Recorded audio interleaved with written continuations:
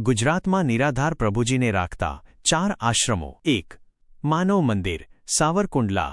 અમરેલી જિલ્લામાં આવેલું આ મંદિર પૂજ્ય ભક્તિરામ બાપુ દ્વારા સ્થાપિત છે.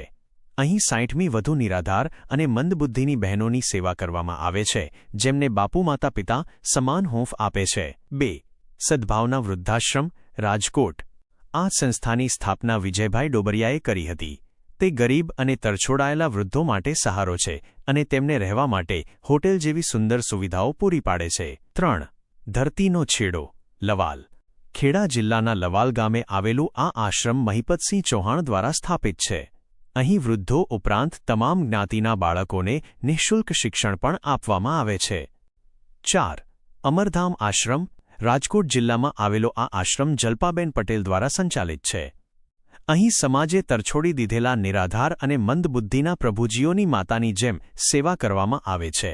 ગુજરાતની અંદર આવા ઘણા આશ્રમ આવેલા છે, પરંતુ મારી જાણ પ્રમાણે મેં અહીં 4 આશ્રમો જણાવ્યા છે.